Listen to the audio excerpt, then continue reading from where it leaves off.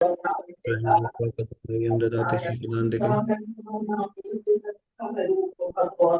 देहं श्रीगुरुं श्रीयुक्तापदकमलं वैष्णवं सश्रीरूपं साग्रजातं सहगणरहितं तां तं तं सजीवं सावधूतं सावधूतं परिजनसहितं कृष्णचैतन्यदेवं श्रीराधाकृष्णपादान् सहगणललिता श्रीविशाखान्वितांश्च नमामि विष्णुपादाय कृष्णपृष्ठाय भूतले श्रीमते भक्तिवेदान्तस्वामिने नामिने नमस्ते सरस्वते देवे गौरवाणी प्रचारिणे निर्विशेष शून्यवादी पाश्चात्य देशतारिणे नमो महावदन्याय कृष्ण प्रेम प्रदायते कृष्णाय कृष्ण चैतन्य नामिने गौरतुषे नमः हे कृष्णा करुणा सिंधु दीनबंधु जगतपते गोपेश गोपिका कांता श्री राधा कांता नमस्तुते तप्त कांचन गौरांगी राधे वृंदावनेश्वरी वृषभानुसुते देवी प्रणमामि हरिप्रिय वाञ्छाकल्पतरुभ्यश्च कृपा सिन्धु भैर्च पतितानां पावनेभ्यो वैष्णवेभ्यो नमो नमः जय श्री कृष्ण चैतन्य प्रभु नित्यानंद श्री अद्वैत गदाधर श्रीवासादि गौर भक्तवृंद हरे कृष्ण कृष्ण कृष्ण हरे हरे हरे राम राम राम हरे हरे हरे कृष्णा।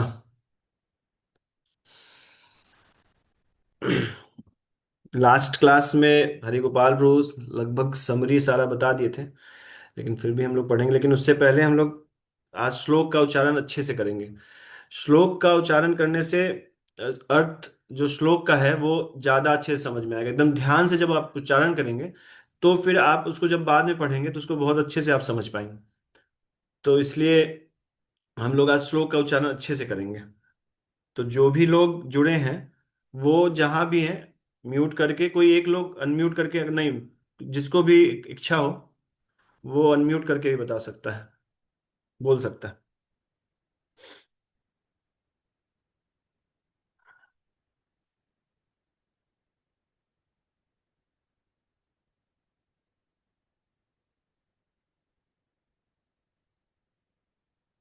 ये है आज का श्लोक।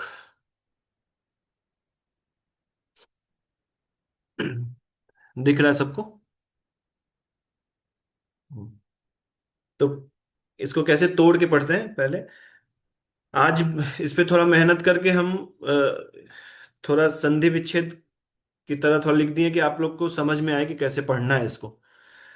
तो क्या है ये पहला, मात्रा स्पर्शास तू कौन्तेय। मात्रा स्पर्शास तू कौन्तेय शीतोष्ण सुख दुख दाह। शीतोष्ण सुख दुख दाह।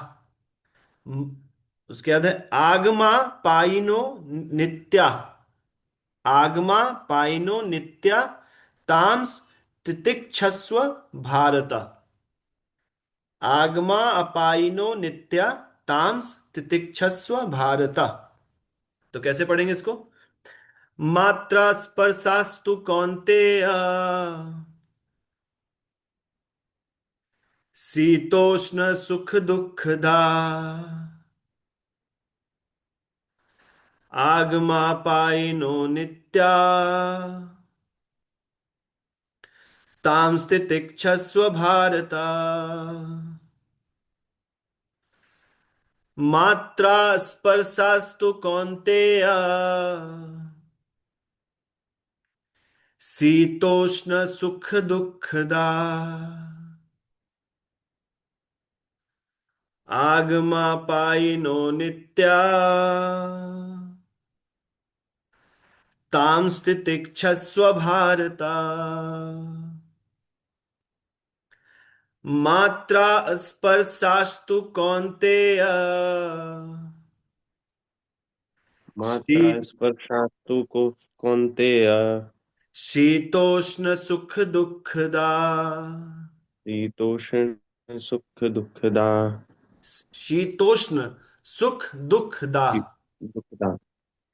आगमा पाइनो नित्या आगमापायिनो नित्य स्तां स्थितिक्षस्व भारत। तान् तितिक्षस्व भारत। भारत। स्क्रीन पे लिखा है, इसको एक बार इंग्लिश में पढ़ के ऐसे देखो। मात्रा स्पर्शास्तु कौन्तेय शीतोष्ण सुख दुखदा। आगमा पाइनो नित्यः तां तितिक्षस्व भारत। कौन पढ़ेगा एक बार? विकास सर।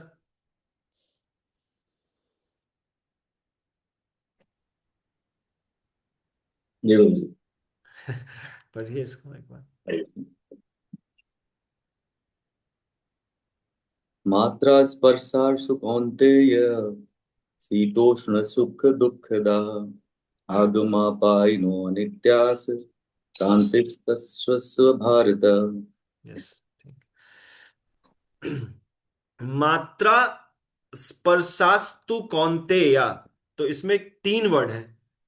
मतलब मात्रा स्पर्शास्तु, तो क्या है? मात्रा स्पर्शास्तु मतलब मात्रा स्पर्शास, स्पर्शा, तू, कौन्तेया। ठीक है।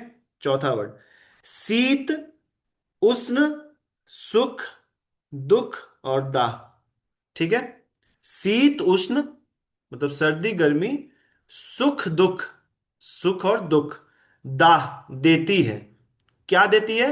मात्रा स्पर्शास्तु, मात्रा के स्पर्श से, इंद्रियों का इंद्रियों विषयों विषयों के संपर्क से हमें सुख दुख या गर्मी सर्दी या अनुकूल अनुकूल स्थिति, प्रतिकूल स्थिति, मान अपमान, हर कुछ ये किससे मिलता है? मात्रा स्पर्शास्तु मतलब मात्रा के इंद्रियों विषयों के संपर्क से हमें ये सब अनुकूलता और प्रतिकूलता मिलती है जीवन में। तो क्या लिखे हैं? आगमा अपाइनो मतलब आगम अपाइन अनित्य। क्या है ये? इसका तीन क्वालिफिकेशन है। क्या क्या है? आगमा मतलब आता है ये, अपाइनो जाता है ये, मतलब क्षण भंगुर है, क्षणिक है ये। अनित्य मतलब टेम्पररी है ये। अनित्य है ये, नित्य नहीं है। ऐसा नहीं कि हमेशा बना रहेगा। अगर सुख भी मिल रहा है तो ऐसा नहीं कि हमेशा बना रहेगा। अगर दुख भी है तो वो हमेशा नहीं बना रहेगा। अगर मान मिला है कहीं तो ऐसा नहीं हमेशा मान ही मिलता रहेगा। अपमान मिला है कहीं तो ऐसा नहीं अपमान मिलेगा। हो सकता है कभी अब एक ही वस्तु से अभी कभी आपको अच्छा लगेगा, कभी खराब लगेगा, सेम वस्तु रहेगा। तो कुछ ऐसा हमारा इंटरनल मैकेनिज्म होता है जिससे उसका हमारा जो संपर्क है वो स्थापित होता है। किस तरीके का संपर्क स्थापित होगा वो कौन डिसाइड डिसाइड करता है? वो मात्रा डिसाइड करता है। मात्रा में सिर्फ इंद्रियां नहीं आती हैं, चेतना भी आती है उसमें। बहुत सारे साधु इसको आगे में लिखे हैं इनको। तो तान तितिक्षस्व, तो उसको क्या करना है? शास्त्र क्या बोलता है? उसको सहना है। तितिक्षव तितिक्षस्व मतलब क्या है कि आप इसको सह नहीं सकते हैं तो प्रयत्न करना चाहिए सहने का। प्रभुपाद जी लिखे हैं कि हे कुंती पुत्र कौन्तेया, पहला ये है।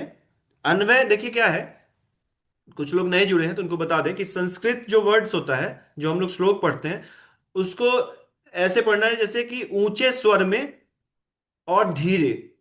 लेकिन हम लोग क्या करते हैं? हम लोग तेजी से और नीचे पढ़ते हैं, तो इसलिए क्लैरिटी नहीं आता। अच्छा, क्लैरिटी आएगा अगर आप और इसका अर्थ भी समझ में आने लगता है। अभी जो हम आपको बता रहे हैं, ऐसा नहीं कि संस्कृत हम बहुत पढ़े हैं या कोई हमको ग्रामर पढ़ाया है, लेकिन हम लोग पढ़ते पढ़ते ना इसको समझने लगते हैं। तो इसलिए उसका पढ़ने का एक तरीका क्या होता है कि हमेशा संस्कृत को ऊंचे स्वर में और स्लो पढ़ा जाता है। तो उससे क्या होता है कि आप इसको समझने के आप इसको अच्छे से उच्चारण भी कर लेंगे और आप इसका अर्थ भी समझने में इसको आसानी होगी इसको। तो हे कुंती पुत्र कौन्तेय, हे कुंती नंदन, मात्रा स्पर्शा तू, मात्रा स्पर्शा तू मतलब इंद्रियों की वृत्ति के साथ विषयों का संयोग। इंद्रियों का जो वृत्ति है, अभी हम लोग आगे पढ़ेंगे इसको, एक्सप्लेन करेंगे कैसे होता है। तो इंद्रियों का जो वृत्ति है उसके संपर्क से, किसके संपर्क से? जो विषयों का जो होता है विषय। अभी हम पूरे डिटेल में पढ़ेंगे कि कैसे इंद्रियां और इंद्रिय विषय किसको कहते हैं और स्पर्शाह किसको कहते हैं। तो तू मतलब ही, हे कुंती पुत्र, हे कुंती नंदन, मात्रा विषयों का, इंद्रिय विषयों का, इंद्रियों का विषयों से संपर्क से ही शीत उष्ण, गर्मी सर्दी, सुख दुख, सुख और दुख, दाह, देती है, दाह मतलब देती है। तो अब ये क्या है, आगम अपाइनो, मतलब आने जाने वाले हैं। ये जो है सुख दुख, मान अपमान, गर्मी सर्दी, ये आने जाने वाले हैं। तो हे भारत, हे भरत, हे मतलब भरत पुत्र, भारत मतलब भारत वंश के में आए थे, वो पुत्र नहीं थे। तो हे भारत, तान तितिक्षस्व, मतलब उसको सहन करो या सहन करने का प्रयत्न करो। प्रभुपाद जी उसको तो लिखते हैं सहन करने का प्रयत्न करो। एटलीस्ट प्रयत्न करना चाहिए तो इनिशियल स्टेज। शास्त्र तो ये बोलता है कि आपको सहन कर लेना चाहिए, लेकिन कोई नहीं कर पा रहा है तो उसको करने का प्रयत्न करना स्टार्ट। कभी आप हारेंगे कभी जीतेंगे, ऐसा नहीं होता है कि हम लोग कुछ पढ़े हैं और तुरंत उसको इम्प्लीमेंट कर लेते हैं। वो एक प्रोसेस होता है। तो आप उसको सहन करने का कोशिश करते रहना चाहिए हमेशा। तो आप इसको क्या है, इसमें सबसे एक ही इंपॉर्टेंट जो चीज है आपको जो नहीं समझ में आ रहा है वो है मात्रा स्पर्शास्तु। इसको कैसे आप देख सकते हैं, देखिए क्या है। इसको दो वर्ड्स में बांटिए आप। इसको तीन वर्ड्स में बांटिए। एक है मात्रा, दूसरा है स्पर्शा, तू। तू को तो हटा लीजिए, इसका क्या है, तू मतलब ही। तो हम लोग को दो वर्ड मिला, मात्रा और स्पर्शा। तो देखिए क्या है, मात्रा किसको कहते हैं। देखिए मात्रा जिससे ज्ञान होता है किसी भी चीज का। और इंद्रियां, जैसे हम किससे किससे ज्ञान होता है, बाहर के ऑब्जेक्ट से हम लोग पांच चीज से ग्रहण करते हैं अपने शरीर में, पांचों इंद्रियां। तो अब हमारे इंद्रिय क्या क्या क्या है, पांच इंद्रियां हैं हमारे। वो है आंख, कान, जीवा, नाक और त्वचा। ये पांच इंद्रियां हैं। अच्छा, इनका विषय क्या है, मतलब ये जो ज्ञान है ये ग्रहण किस चीज को करता है। तो आंख रूप को करता है, कान शब्द को करता है, जीवा स्वाद को करती है, नाक गंध को करता है, और त्वचा जो है स्पर्श को करता है। देखिए इसको बहुत एकदम ध्यान से समझिए, क्योंकि हमारा जो लाइफ में प्रॉब्लम है, ये हमको ये बोल दिया तो हमको दुख हो गया, ऐसे हमको देख लिया तो दुख हो गया, ऐसे बोल दिया तो दुख हो गया। मतलब बहुत सारा का चीज होता है ना जो हमारा, ये उसका भी सॉल्यूशन कर देगा अगर थोड़ा सा भी ज्ञान हो। हम आपको बताए थे ना कि जैसे ज्ञान करने से, ज्ञान देखिए सिचुएशंस आता है, लेकिन ज्ञान होने से उसको हम लोग डील अच्छे से कर पाते हैं। जैसे आपको बताया था एग्जांपल ना, स्पीड ब्रेकर है, अगर आपको पता है कि रोड में आगे जाके स्पीड ब्रेकर आने वाला है तो आप अपने गाड़ी को कंट्रोल्ड वे में चलाने लगते हैं स्टार्टिंग से ही। और जब स्पीड ब्रेकर आता है उसको इजीली क्रॉस कर जाते हैं, और आप उसको मतलब एब्जॉर्ब भी नहीं करते हैं बहुत। तो इसका दो इंपॉर्टेंट चीज था, अभी आप ध्यान दीजिए। अगर आप कार में, तो दो चीज अच्छा है, एक तो इसका जो कार का इंटरनल मैकेनिज्म सॉकर अच्छा होना चाहिए, तो शरीर का जो अंदर जो चेतना है उसका स्थिति अच्छा होना चाहिए। दूसरा, आपको ज्ञान होना चाहिए कि आगे स्पीड ब्रेकर आने वाला है, मतलब आपको ये सुख और दुख, ये जो मान अपमान और ये जो जीवन मरण, ये जो हमारा ऐसा शरीर क्यों है, ऐसा स्वभाव क्यों है, अगर इसका ज्ञान हो जाता है तो फिर हम लोग उसको इजीली क्रॉस कर जाते हैं। तो देखिए दोनों चीज जरूरी है। अच्छा, चेतना कैसे शुद्ध होगा, तपस्या से शुद्ध होगा। जो आप एकादशी रखते हैं, नाम जप करते हैं, तो इससे इंटरनल मैकेनिज्म अच्छा होगा। जो आध्यात्मिक क्रिया हम लोग करते हैं, जो हम लोग अभी पढ़ रहे हैं, ये भी, तो ये भी आप, ये जो सारा प्रोसेस, इससे आपका चेतना अच्छा होगा तो आपका इंटरनल मैकेनिज्म अच्छा हो जाएगा। लेकिन ठीक इसी से सिर्फ नहीं हो जाएगा, आपको उसके बाद ज्ञान भी चाहिए, आपको पता भी होना चाहिए। तो पता होना चाहिए कि क्या, क्यों ऐसा हो रहा है, क्यों ऐसा स्वभाव है, क्यों मेरा मनुष्य शरीर है, क्यों वो अलग अलग जीव बने हैं। तो सब कुछ अगर ज्ञान होता है तो फिर हम लोग हर एक सिचुएशंस को बहुत इजीली सहन करते हुए या अच्छे से उसमें रिएक्ट करते हुए हम लोग उसको पार कर जाते हैं। तो दोनों चीज इंपॉर्टेंट था। इसको आप याद रख सकते हैं कार के स्पीड ब्रेकर से। तो हम लोग को आध्यात्मिक क्रिया करना चाहिए जिससे ये सब कुछ आ जाए, दोनों कुछ उसमें इंक्लूड होता है। तो हम बताया कि मात्रा ये है, और विषय, इंद्रिय विषय वो है, क्या है, आंख के लिए रूप है, नाक के लिए गंध है, कान के लिए शब्द है, त्वचा के लिए स्पर्श है, और क्या था एक, जीवा के लिए स्वाद है। तो देखिए अब ये अच्छा, आप समझिए कि दोनों में क्या कैसे रिलेशन बनता है, कैसे रिलेशन बनता है, इसको बहुत ध्यान से सुनिएगा। क्या होता है कि हम सामने किसी चीज को देखते हैं और अंदर एक विकार उत्पन्न होता है। जैसे मान लीजिए आप रसगुल्ला खाए भी नहीं है, लेकिन उसको देख के ही आपके मुंह में पानी आ जाता है। जरूरी नहीं उसको आप खाएं। अच्छा, किसी को मीठा एकदम नहीं पसंद है, उसको नहीं आएगा मुंह में पानी। तो क्या होता है कि हमारा इसमें क्या बीच का फिल्टर एक यूज होता है, क्या होता है, वो चेतना होती है, जो आत्मा की वजह से चेतना आती है। अभी ये श्लोक क्यों आया है ये भी हम आपको बताएंगे आगे। प्रभुपाद जी बहुत अच्छे से इसको एक्सप्लेन किए हैं, बुक में नहीं है, उनका लेक्चर्स आप सुनेंगे तब उसमें आपको मिलेगा, लेकिन हम सब जगह से पढ़ के आपको बता रहे हैं। तो क्या होता है कि जब आप किसी चीज को देखेंगे तो आप में विकार उत्पन्न होता है। अच्छा, एक ही इंसान को आप देखेंगे कभी तो आपको कभी अच्छा लगेगा, उसी इंसान को कभी आप देखेंगे तो आपको बुरा लगता है। तो उस इंसान में प्रॉब्लम नहीं है, क्योंकि वो तो चेंज, ऐसा नहीं कि चेंज होने के बाद आपको बुरा अच्छा लग रहा है। एक्चुअली वो आपके अंदर का जो चेतना है, वो इंद्रियों का, इंद्रियों को उससे कैसा अनुभव होगा, उस बाहर के विषय से कैसा अनुभव होगा, ये चेतना आपको देती है।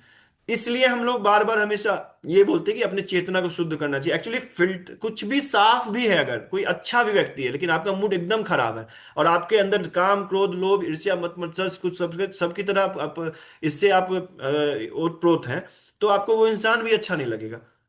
तो ये आपको समझना चाहिए कि बाहरी वस्तु में कोई सुख दुख नहीं होता है। अभी हम प्रभुपाद जी को पढ़ेंगे तो और आपको इसको क्लैरिटी आएगा कि बाहरी वस्तु में कोई सुख दुख नहीं होता, आपके अंदर जो मैकेनिज्म है उससे आप इस पे रिएक्ट करते हैं। इसलिए एक इंसान किसी और को अच्छा लगता है, एक इंसान अगर उस इंसान का ही एक क्वालिटी रहता तो सबको अच्छा लगता। या जैसे हम लोग अभी प्रभुपाद जी को पढ़ते हैं तो फिर इसको और क्लैरिटी अभी को मिलेगा, लेकिन आप थोड़ा बहुत समझ गए हो कि एक जो हमारी चेतना है वो कैसे काम करती है, इंद्रियों विषयों के साथ जो संपर्क होगा उसका कैसा अनुभव होगा, वो चेतना बताती है। चेतना अगर आपकी अच्छी है तो बाहरी जो वस्तु है वे किस प्रकार से ग्रहण आप कर रहे हैं इस ये पूरा बदल जाएगा। एक ही, जैसे चेतना जब आप माँ को छूते हैं तो चेतना बहुत शुद्ध अवस्था में रहता है, तो आप देखिए आपके अंदर विकार नहीं उत्पन्न होता है। वो भी स्त्री है लेकिन आपके अंदर विकार उत्पन्न नहीं होगा। लेकिन जब आप किसी पराई स्त्री को या किसी और ऐसे मतलब बहन या अपने स्वजन को छोड़ के किसी आपको अगर आप टच भी करेंगे तो आपको विकार उत्पन्न हो जाता है। क्यों? क्योंकि उस टच पे प्रॉब्लम नहीं है, जो हमारे अंदर उस समय चेतना किस स्तर पे है उससे उससे प्रॉब्लम, उससे उससे वो क्रिएट हो जाता है, उससे वो अनुभव बन जाता है हमारा। तो इसलिए हम लोग हमेशा जो बाहर ब्लेम करते हैं कि ये है वो है, ये आपका बहुत हद तक खत्म हो जाएगा कि वो हमको क्या बोला। अच्छा, कोई इंसान का स्वभाव स्वभाव कैसे बनता है वो बताए थे, चेतना पे जो संस्कार होता है उससे स्वभाव बन जाता है। तो स्वभाव है किसी का शांत रहना और बहुत रिएक्ट नहीं करता, बहुत ज्यादा वो क्रोधी नहीं है वो। तो कोई इंसान उसको कुछ बोल रहा है, कुछ भी अपशब्द भी बोला है, तो आप देखिए वो रिएक्ट नहीं करेगा, बोले यार यार छोड़ो ठीक है जाने दो। ये आप ही एक इंसान है, ठीक है, आपका किसी दिन क्रोध का कुछ ऐसा हो गया कि सुबह सुबह उठे हैं, आपका बच्चा है या आपकी पत्नी कुछ ऐसा बोल दिया कि आपका मन खराब है। आप ऑफिस गए और सब कोई इंसान जो डेली आपको गुड मॉर्निंग बोलता है, बेचारा उस दिन कुछ वही किसी इसमें था, वो आपको कुछ नहीं बोला, तो आपको क्रोध आ जाएगा। और एक दिन आपका मूड बहुत अच्छा है, सब कुछ अच्छा हुआ है, आप घर ऑफिस गए, वो नहीं भी बोला तो आपको उसको रोक के बोलेगा, अरे तुम आज हमको गुड मॉर्निंग क्यों नहीं बोले। तो एक ही इंसान अलग अलग तरीके से रिएक्ट करता है, कैसे? उससे नहीं कि इंद्रियों, आंख तो उसको हर दिन देखा, लेकिन रिएक्ट कैसे किया वो उसके अंतर, उसको चित्त पे डिपेंड किया कि कैसा उसका उस दिन ये है, मूड कैसा है उसका। तो जब आप चित्त हमेशा जैसे शांत रखेंगे, और आप इसके जो आध्यात्मिक क्रिया जो हम लोग भगवत गीता पढ़ते हैं या हम लोग जो भक्तों से मिलते हैं, जप करते हैं, सुबह भगवान का आरती करते हैं, तो ये सब से क्या होता है, चेतना शुद्ध होती है। देखिए इसको बोलना बहुत आसान है, चेतना शुद्ध होती है, लेकिन इसको समझ, जो ये प्रैक्टिकली हम आपको बता रहे हैं कि कैसे आप अपने जीवन में इसको इंप्लीमेंट कर सकते हैं। तो प्रभुपाद जी इसको आगे बोलते हैं, इसमें कुछ छूटा नहीं, ठीक है, हाँ। इसमें आगे फिर प्रभुपाद जी क्या बोलते हैं कि बुक आगे रखिए, उस पर पढ़िएगा, तात्पर्य में सेकेंड लाइन में ही है कि वैदिक आदेशानुसार मनुष्य को माघ मतलब जनवरी फरवरी के मास में भी प्रातः काल स्नान करना चाहिए। पहले मेरा एक दोस्त था, संयोगवश मैं मुस्लिम ही था, महबूब अली खान था मेरा दोस्त था वो, और एक वैभव मेरा दोस्त था। तो हम लोग बैंगलोर में रहते थे। तो दोनों में चैलेंज लगता था कि कौन कितने दिन तक नहीं नहा के रह सकता है। तो एक और हद तो ये था कि दोनों एक दिन, हम चेन्नई में रहते तो हम एक दिन गए वहां, तो पता चला कि दोनों ब्रश करना छोड़ दिया, 21 दिन तक ब्रश नहीं किया था। जो मतलब 21 दिन के बाद जब हम गए, जब उसको अच्छे से बेइज्जत किए, तब जाके जब हम खाना भी बंद कर दिए, हम खा मतलब हम भी तमोगुनी थे लेकिन इतने नहीं थे कि हम ऐसे रह सकते थे। तो फिर उसको बोले कि यार तुम ब्रश करोगे तभी, वही खाना बनाता था। तो हम बोले हम खाएंगे नहीं। तो फिर जाके वो मेरे कहने पे वो ब्रश किया था 21 दिन के बाद। तो लेकिन भक्त लोग कैसे होते हैं इसको समझना पड़ेगा आपको। ये ऐसा ही आपको बताया, याद आ गया। तो जनवरी फरवरी जैसा अभी चल रहा है कि मास में भी प्रातः काल स्नान करना चाहिए। अभी लास्ट वीक हम परिक्रमा कर रहे थे, तो कुछ लोग का कंसर्न ये था कि 8 बजे हम नहा नहीं पाएंगे, बिना नहाए हम वीडियो ऑन करेंगे, तो आप अगर अनुमति देते हैं तो ठीक है। बोले भाई तुमको जो आप मतलब जो भी इच्छा है आप कीजिए, बस क्लास में आइए, क्लास सुनिए। लेकिन ठीक है। लेकिन हमारा शास्त्र क्या बोलता है, ये पढ़ना चाहिए कि जनवरी फरवरी प्रातः काल स्नान करना चाहिए। उस समय अत्यधिक ठंड पड़ती है, किंतु जो धार्मिक नियमों का पालन करने वाला है, जो धार्मिक नियमों का, देखिए, धार्मिक नियम पालन करने से सिर्फ ऐसा नहीं कि फल प्राप्ति होती है, पता, जैसे जैसे सतोगुण बढ़ता है, सबसे पहले आप जब सतोगुण में स्थित होते हैं तो फिर आपका जो अनुभव होता है वो बहुत अलग हो जाता है। आप उसी जगह पे, आप जिस गुण पे हैं उसी गुण से आप उस जगह को अनुभव करेंगे। आप अगर शुद्ध सतोगुण में है, मतलब भक्ति में है, आप किसी पब बार में भी जाके भक्त बना के ले आएंगे, आप इतना इतना उसका गुण का इतना प्रभाव होता है। आप अगर सतोगुण में है तो आपके आसपास के लोग ऑटो, अगर आप स्ट्रांगली प्रैक्टिस करते हैं, आपके आसपास के लोग अपने आप उस ऑरा को फील करने लगेंगे। आप इस एक्सपेरिमेंट करके आप इसको देख सकते हैं। तो क्या है कि किंतु जो धार्मिक नियमों का पालन करने वाला है वह स्नान करने में तनिक भी झिझकता नहीं है, क्योंकि उसको पता है इसका क्या फल है, क्या कैसे कैसे जीवन में ये हो सकता है। जैसे अब एग्जांपल देते हैं प्रभुपाद जी, एक गृहिणी भीषण से भीषण गर्मी की ऋतु में मई जून के महीनों में भोजन पकाने में हिचकती नहीं है। ये पहले का बात है, अब का नहीं। अब तो अगर 9 बजे तक खाना बनाने पड़े तो इतना सुबह हम नाश्ता नहीं बना पाएंगे। और पहले का चूल्हा जो जलता था, तो चूल्हा कैसे जलता था, पहले लकड़ी आता था, उसमें पहले आग आता था। अब जो बैठ जो गांव से, जो गांव में होंगे देखे होंगे वो, तो आग जलाते थे, उसमें धुआं आता था। तो चार पांच गाली देती थी पहले कि अच्छे से आग नहीं लगाया एक दूसरे को। फिर उसके बाद उसमें किसी तरह से आग लगता था, फिर उसमें तो उसमें फिर हम लोग अपना बर्तन रख के फिर उसमें खाना पकता था। तो आग का गर्मी जो था वो सहन करने लायक नहीं होता था, फिर भी स्त्रियां खाना बनाती थी। अभी हमारे पास क्या बोलते हैं उसको, जिस जो भाप खींच लेता है, उसको हमारे पास है नहीं, नहीं तो हम जानते नहीं है क्या। किचन में लगता है आजकल, मॉडर्न किचन में है तो पूरा। हाँ, चिमनी। चिमनी चिमनी आजकल पूरा ये भाप खींच लेता है गर्मी। आज अभी हम लास्ट वीक एक भक्त के घर में गए थे, बाथरूम में पंखा था। तो तो ये इतना तक अब है, तब भी अभी आदमी को अभी उठना है, एक स्विच ऑन करना है, गीजर पानी गर्म करेगा, नहा लेना है। पहले हम लोग किए हैं ऐसा कि पहले 4 5 बाल्टी, पहले चापाकल से, जो आपको क्या हैंडपंप से हम लोग पहले पानी निकालते थे, पहले 4 5 बाल्टी उसको फेंकना पड़ता था, तब जाके थोड़ा गर्म होता था। गर्म नहीं होता था, थोड़ा ठंडा कम हो जाता था। फिर उससे हम लोग सुबह सुबह नहाते थे, और 4 5 बजे तब भी नहाते थे। और 4 5 बजे पापा आके ऐसा रेल बनाते थे कि सीधे उठो और नहाओ। तो थोड़ा बहुत उस पहले तो हम लोग सहन करते भी थे, अब तो एकदम खत्म हो गया है। इसलिए आप देखिए हमारा जो रिएक्शन टाइम एकदम, मतलब रिएक्शन जो है एकदम चेंज हो गया है। थोड़ा सा भी अगर कोई आपके मन के अकॉर्डिंग नहीं कर रहा है, तुरंत मन उद्विग्न हो जा रहा है, तुरंत मन लगा जैसे जीवन जीने लायक नहीं है। इतना सुसाइड जो हो रहा है, इतना हम लोग लड़ जो रहे हैं, इसका इसका रीजन ये नहीं है क्योंकि हम लोग सहन से करने का शक्ति ही खत्म हो चुका है। कोई सहन नहीं करना चाहता, सब चाह रहा है कि अपने आसपास के जो चीज अरेंजमेंट्स जितने भी है, चाहे इंसान हो चाहे ऑब्जेक्ट्स हो, चाहे कंप्यूटर हो चाहे कोई भी ऑब्जेक्ट, कोई भी चीज हो, वो उसके अकॉर्डिंग चले। आप देखिए अगर नहीं चलता है तो उस फोन को पटक के फेंकता है, उसको एक लात मारता है। मतलब इस स्थिति में इस मनोदशा में जीवन लोग हम लोग जी रहे हैं। तो हम लोग, और शास्त्र क्या बोलता है कि चाहे गर्मी हो, चाहे सर्दी हो, चाहे मान हो, अपमान हो, अनुकूल हो, प्रतिकूल हो, किसी भी अवस्था में हम लोग को सहन करना चाहिए, क्योंकि जैसे सर्दी और गर्मी चला जाता है वैसे ही ये सारा अनुकूलता और प्रतिकूलता चला जाता है। तो हम लोग को उस चीज को समझते हुए जीवन को जीना चाहिए, तो बहुत कुछ अपने आप चेंज होता होता चला जाएगा। तो और फिर क्या बताते हैं कि भीषण गर्मी की ऋतु में मई जून भोजन पकाने में हिचकती नहीं है। जलवायु संबंधी असुविधाएं होते हुए भी मनुष्य को अपना कर्तव्य निभाना होता है। देखिए, कर्तव्य अगर आप निभाते रहेंगे तो फिर आप धीरे धीरे सहने लगेंगे इसको।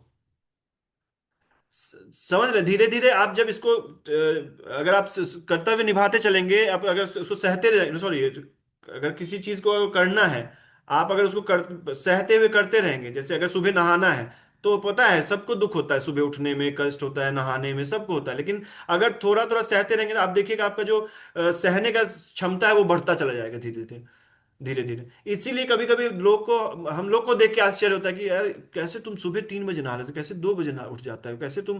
तो ऐसा नहीं है कि एक बार में आ जाता है, उसको सहते रहना चाहिए। ऐसा नहीं है कि प्रयत्न करना चाहिए, करते करते फिर भगवान भी तो देखते हैं ना साथ में, देख रहे हैं कि भाई इतना कर रहा है मेरे लिए। नींद आए तब भी जब करना चाहिए, क्योंकि आपका उद्देश्य सोना थोड़ी ना था, आप उठे ही हैं जब करने के लिए। अब आपका स्वभाव ऐसा, आपका ऐसा संस्कार है कि आपको नींद आ रहा है, तो उसमें आपकी क्या गलती है, धीरे धीरे ठीक होगा। तो भगवान भाव देखते हैं। तो इसीलिए कभी किसी को कोई जब कर रहा है, कोई थॉट्स आता है, बहुत सारा कुछ आता है, तो उसमें घबराना नहीं चाहिए, वो आएगा, लेकिन वो जाएगा कैसे, उसको सहते हुए उस चीज को करना, करते रहना चाहिए। आप सहते हुए उसको करते रहेंगे, उस धीरे धीरे वो स्वाभाविक चला जाएगा। और ऐसा नहीं कि हम कोई ऐसे ही कुछ बोल रहे हैं, जैसे हम लोग 4-5 साल में इसको देख लिए हैं कि सच में ये कुछ प्रोसेस है, कि अब इसको करेंगे तो ये और एक्सट्रीम पे जाएगा, और मतलब अलग फील होता जाएगा।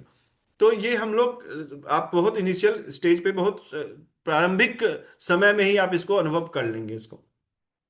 तो ये था। अच्छा, अब आप सब तो ये बोल देगा भाई कि सहन करे, सहन करना चाहिए, सब बोलता है सहन करना चाहिए। हम इसको लिटरली बता रहे हैं आपको। एक दिन हम ऑफिस में ऐसे बैठे थे, काम नहीं था कुछ ऐसे, तो हम बोले कि ठीक है सहन लोग बोलता है करने के लिए, लेकिन सहन कैसे करेंगे, मतलब कैसे कोई व्यक्ति सहने लगता है, क्यों सहेगा कोई। अरे सबको लॉजिकली देखे तो सबको सोना अच्छा लग रहा है तो सोए।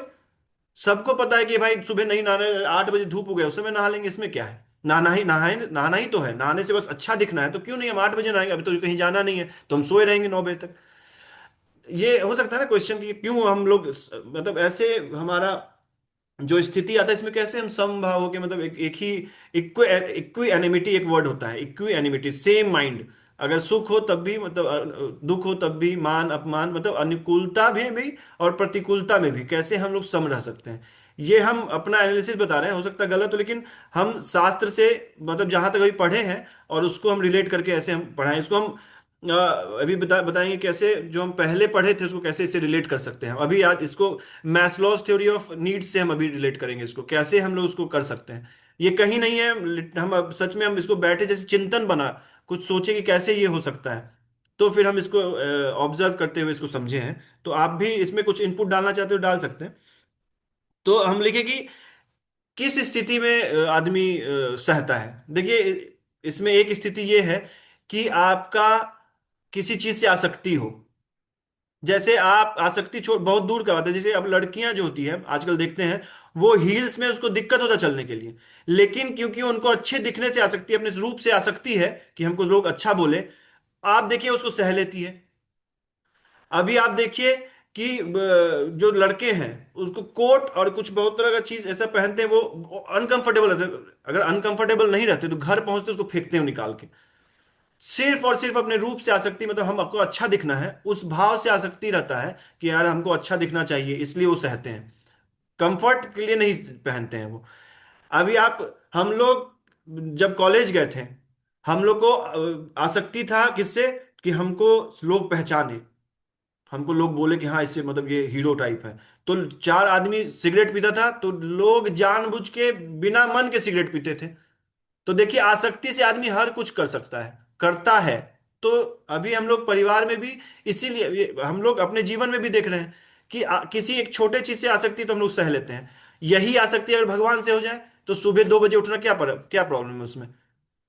आसक्ति बस बदल देना, आसक्ति अच्छा है। देखिए हमको एक बार ऋषिकेश गए थे, तो हमको याद है एक साधु बोले थे, स्वार्थ से परमार्थ अगर के लिए अगर ये है तो स्वार्थ भी अच्छा है। तो देखिए आसक्ति में प्रॉब्लम नहीं है, आसक्ति कहाँ है इससे प्रॉब्लम है।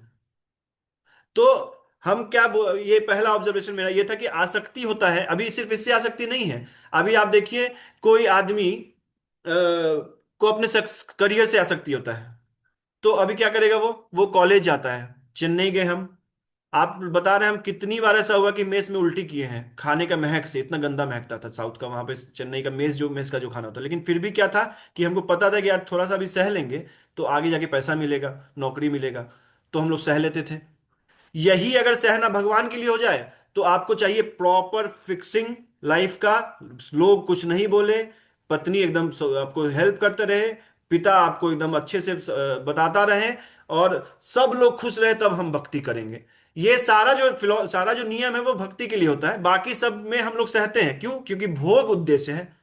तो क्या क्या हम लोग इससे क्या हम लोग निकालते हैं कि उद्देश्य अगर बदल जाता है तो आपके क्रियाएं, हम लोग लास्ट क्लासेस में पढ़े हैं कि उद्देश्य बदलने से क्रियाएं भी बदलती हैं।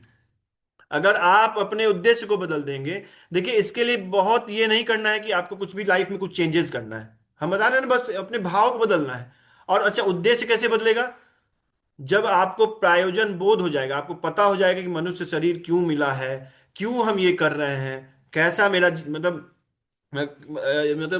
जैसे आपको पता होना होगा अगर कि ये करने से आपके जीवन में आपको बहुत सक्सेस मिलेगा, तो आप देखिए आप उसको करेंगे। छोड़िए ठीक है, कोई बोलेगा कि भाई थोड़ा वैराग्य है उसमें अंदर, हमको सक्सेस नहीं चाहिए भाई, यही ठीक है, लेकिन आपको फिर मान अपमान से आप ये हो जाएंगे, दूषित हो जाएंगे। आपको मान चाहिए, इसलिए आप परफेक्शन से कार्य करेंगे कि अरे यार कुछ कोई बोले नहीं हमको, कोई हमको ऐसा नहीं, हमको कोई गाली नहीं, हमको गाली नहीं सुनना, इसलिए हम करते हैं दिन रात एक करके 9 बजे के 9 बजे रात तक काम। तो अब फिर उससे आसक्ति हो जाएगा। तो देखिए क्या है, और हम क्या है, हाँ, अब देखिए फिर एक चीज और, कि जैसे बच्चा लोग बोलता है कि अगर हम नहीं पढ़ेंगे तो फेल हो जाएंगे, तो इसलिए क्रिया करता है। देखिए वो रात रात भर, अभी हम पता चल रहा था मेरी एक बहन है, वो रात में सोई नहीं है, सुबह 4 बजे मुझे मैसेज की, तो हम बहुत खुश हुए यार सुबह जग गई, लेकिन हमको दिमाग में यार सुबह तो जगती नहीं है, कुछ जग ही नहीं सकती है ये। तो हम बोले सुबह जगी हो कि रात भर नहीं सोई हो? बोलती रात भर नहीं सोए भैया। तो देखिए उसका एग्जाम था और उससे उसको पैसा मिलना है या उससे उसको भोग भोगना है, तो उसको देखिए कैसे वो रात भर जगा रहा है। और किसी दिन एक निर्जला एकादशी आपको करना पड़ जाए, आप देखिए आपका शरीर भी खराब हो जाएगा, आपका जीवन खराब हो जाएगा, पूरा पूरा पूरा संसार बर्बाद हो जाएगा आपका, लगेगा कि अब कुछ है ही नहीं। अच्छा, किसी दिन आपको कहीं भोग भोगने के लिए आप खाना नहीं खाए हैं, पूरे दिन नहीं खाइएगा, रात में खाली 1 लाख रुपए आपको मिल जाए, देखिए पूरा सुखी रहेंगे आप। उसमें से न शरीर खराब होगा, ना दुनियादार कोई दुनिया रूठेगा आपसे, ना कोई दुख होगा, सब खुश रहेगा उसमें। तो आपको जब प्रयोजन बोध हो जाएगा तो आपका क्रिया ही चेंज हो जाएगा, आपका भाव ही चेंज हो जाएगा। तो एक तो इसका हुआ ये बोले, हाँ दूसरा बोले कोई अपना मोरल वैल्यूज, कि नहीं हम ईमानदार हैं तो हम ये करेंगे। तो देखिए अलग अलग चीज से आदमी आ सकता। अच्छा ठीक है, कोई बोले हमको फल नहीं जरूरी है, बोले कि भाई हमको फल नहीं, हमको कुछ नहीं चाहिए, ना मान ना अपमान सब कुछ चाहिए। देखिए हम आपको अभी अब हम मैस्लोज से कैसे कनेक्ट, देखिए ये मैस्लोज थ्योरी ऑफ नीड्स है, नीड्स को कैसे आप रिलेट कर सकते हैं इसी इसी में है। देखिए ये जो हम पढ़े थे एक बार, एचआर का एक ये था, तो हम इसको पढ़े थे, तो इसको मैस्लोज थ्योरी ऑफ नीड्स कहते हैं। आप इसको जब पढ़ेंगे ना तो इसको आप कैसे देखिए, कोई बोले कि भाई हमको कोई जैसे चेतना का स्तर से ये डिफाइंड हुआ है, एक्चुअली इसको आप देखेंगे आध्यात्मिक रूप से, तो इसमें देखेंगे जो लोअर चेतना का आदमी है उसका यही सब रिक्वायरमेंट, इसी के लिए मरता रहेगा। देखिए जैसे मजदूर है, वो देखिए रात में दारू पिएगा शाम में, और रात भर बस से बोरा उठाता है, क्योंकि उसमें ज्यादा पैसा मिलता है, 1.5 गुना शायद ज्यादा पैसा मिलता है, हम गोरखपुर में देखे थे ये। तो रात भर वो बोरा उठाता है, क्यों? क्योंकि इस दिन में उसको 100 रुपए जो वहां से जहां मिलता है वो 150 रुपये रात में मिलता है। तो ये जो लोअर चेतना के लोग हैं, जिसको बस और सिर्फ खाना पीना अरेंज करना है, उसका ये स्थिति है। फूड वाटर वार्मथ रेस्ट, अब ये इसमें सिर्फ ये नहीं आता है, लोअर चेतना के लोग वो भी हैं जो अमीर है और दिन भर एसी में सोए हुए हैं, उनको कुछ नहीं आता है, उनको बस, उनके लिए बस भोग ही सबसे सुखद ये है। तो ये मत सोचिएगा कि वो गरीब है इसलिए ऐसा स्थिति है, तो ये भी आप कंफ्यूजन हटा लीजिए कि ये स्थिति सिर्फ अमीर और गरीब से नहीं होता है। कोई बोले कि भाई नहीं वो क्या करेगा, ऐसा स्थिति नहीं है, ये स्थिति चेतना का विषय है। जो लोअर चेतना के रोड है वो लोग हैं, वो इसी दोनों में से सेफ्टी, सेफ्टी नीड्स और साइकोलॉजिकल नीड्स, इसी दोनों में रह जाएंगे, जो बेसिक नीड्स है उसका, जो लोअर चेतना के लोग होते हैं। इसमें अमीर भी आता है सेफ्टी के लिए, आप देखिए वो 40 जगह इन्वेस्ट करेगा, कहीं एक जगह अभी लॉस, अभी सोने सोना कल 1.5 लाख 2 लाख से 1,40,50,000 आ गया। हमको सोना खरीदना है, टेंशन क्या है, जो लोग खरीदा है वो जब गया सोचा, बोल सुना कि 3.5 लाख जाने वाला, खरीद लिया, कुछ 1-1 किलो खरीद लिया है। हम सुन रहे थे कुशीनगर में कुछ लोग हैं, वो आधा आधा किलो सोना खरीद लिया, मतलब सोचिए कितना कितना लाख लगा के, और 1.5 लाख हो गया सोना।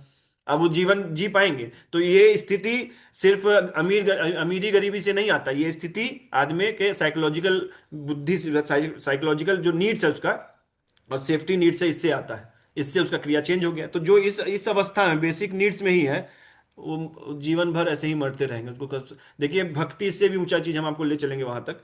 ये बेसिक नीड्स हुआ।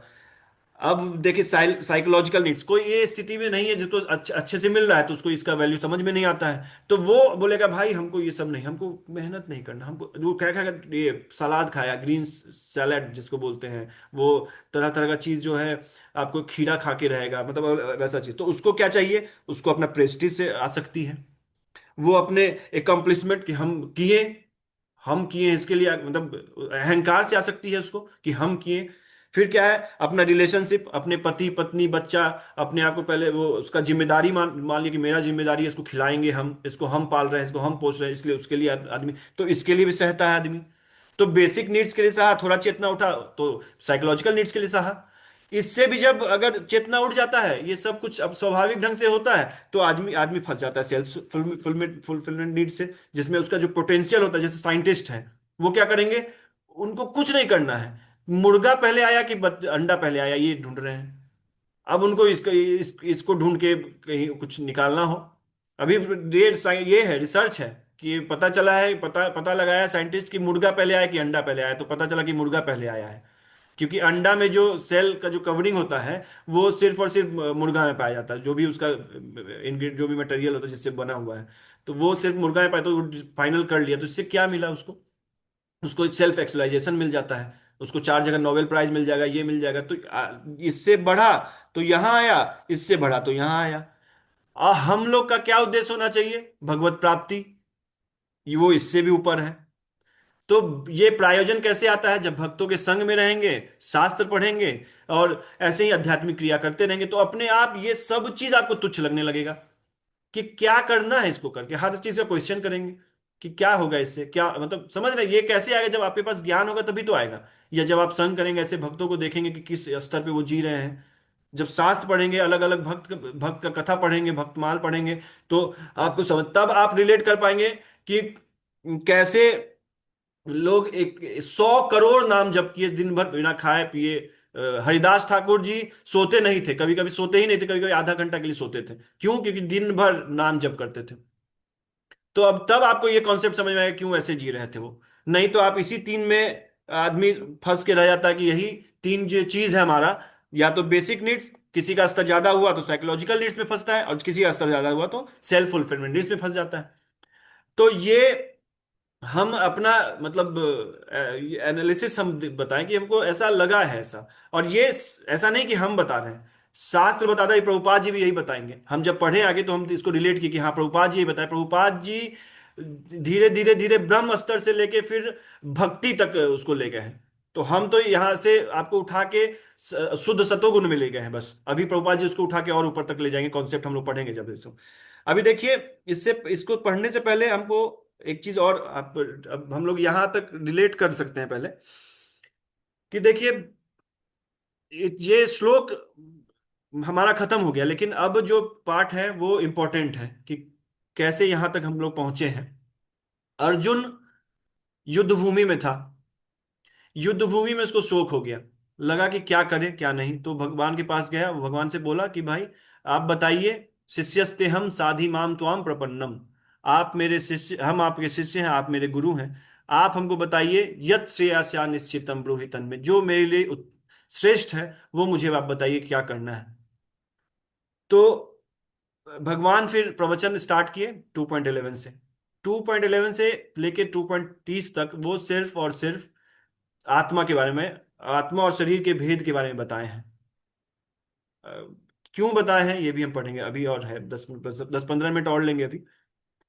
क्योंकि हम लोग को सिर्फ श्लोक पढ़ने से नहीं होता है, थोड़ा सा वीक में हम 1 घंटा टाइम लेते हैं, इसमें भी बहुत लोग तैयार नहीं होते हैं। तो इसलिए हम कल बहुत स्ट्रांगली लिखे थे कि देखिए पहले डिसिप्लिन सीरियसनेस अगर आएगा तभी आप इसको समझ पाएंगे, नहीं तो टाइम पास करने से क्या फायदा है। इससे अच्छा नाम जप में मन लग रहा है नाम जप कर लीजिए, नहीं कुछ करना है तो भक्ति ऐसे ही तो मिलेगा नहीं, उसके लिए प्रयास तो करना ही पड़ेगा। तो एटलीस्ट इतना तो करना ही चाहिए कि लोग समय पे आए।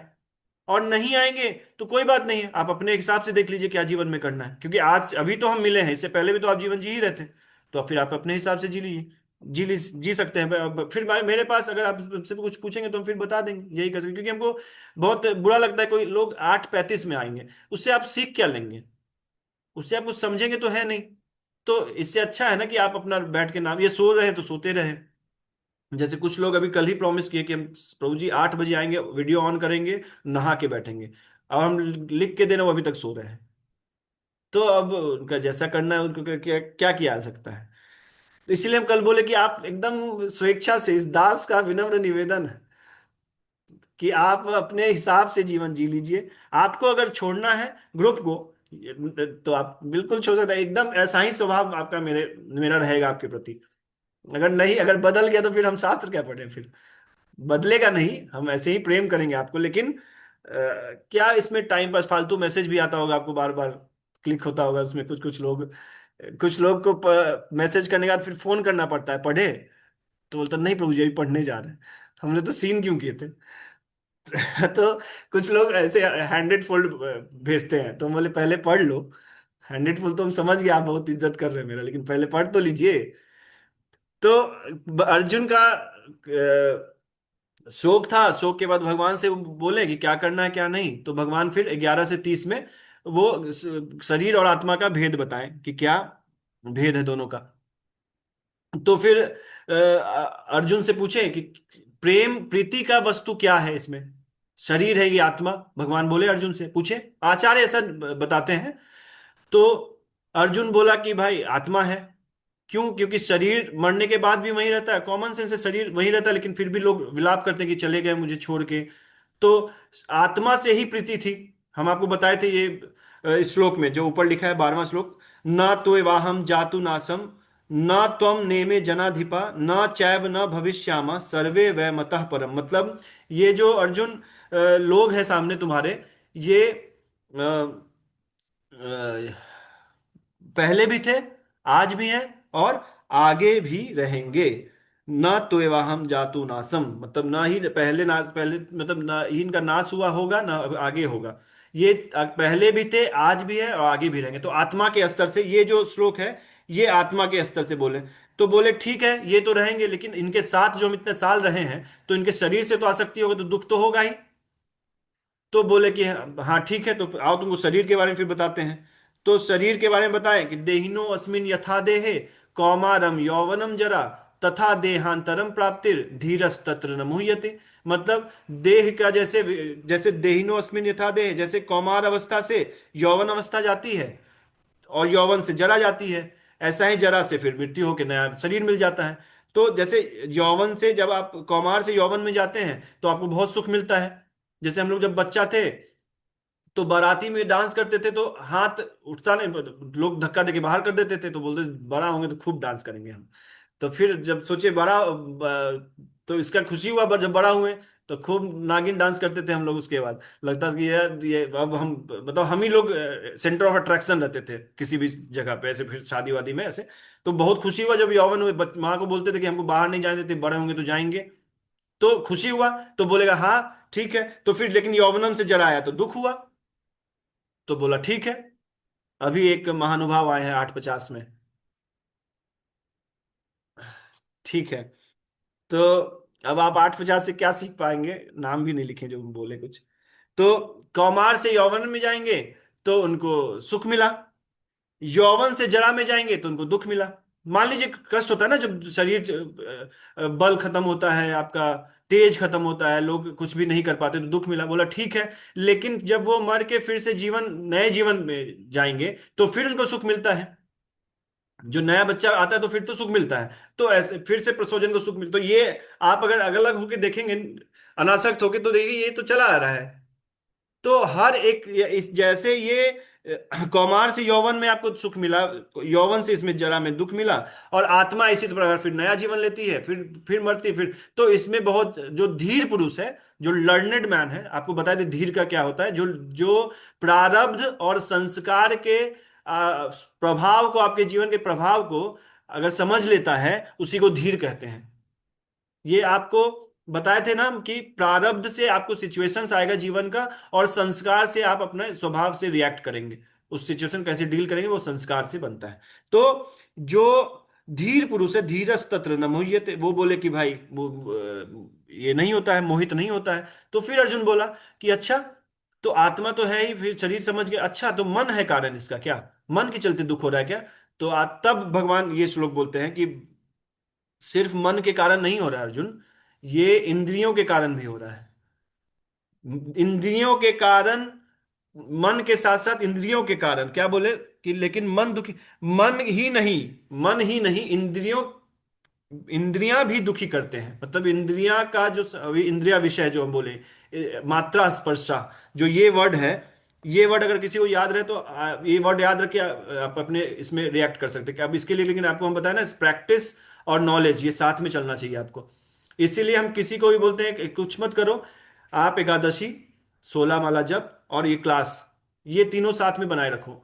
आप देखना धीरे धीरे आपको खुद से इच्छा जागृत हो जाए, क्योंकि ये प्रभुपाद जी आपको बताए थे हम पहले क्लास में भी कि जो आध्यात्मिक क्रिया है उससे ये चेंज हो जाता है आपका, ऊर्जा चेंज, आध्यात्मिक ऊर्जा बनता है उससे, और इच्छा जागृत होता है आध्यात्मिक कार्य करने के लिए। तो ये ऐसे कार्य करता है। अब देखिए क्या है, जब हम लोग, प्रभुपाद जी अब इसको लेक्चर्स में बताते हैं, इसको अब भी सुन लीजिए, 10 मिनट लगेगा। और क्या है कि जब ये हो गया कि इसके बाद फिर बताया कि कैसे प्रभुपाद ये भगवान बोले कि कैसे इंद्रियां मन मिल के दोनों दुख का कारण होता है। तो इसलिए ये श्लोक जो है आपको 14वां श्लोक आया। ठीक है, तो एक तरह का चेन आपको समझ में आ गया। अब क्या है कि अब जो नया जन्म लेता है, अभी वो बोले कि कोई भी इंसान नया जब जन्म लेता है तो क्या होता है, देखिए आत्मा, हम आपको बताए थे एक बार कि आत्मा के ऊपर मन बुद्धि और अहंकार, जैसे इसको हम ऐसे बना के दिखाते हैं, जैसे ये आत्मा है, ठीक है, इसके ऊपर जो है एक सटल बॉडी, आपको बताए थे पहले भी, लेकिन जो नए हैं तो उसको थोड़ा सा ही जानना जरूरी है कि ये सटल बुद्धि है, ये आत्मा है, और इसके ऊपर सूक्ष्म शरीर,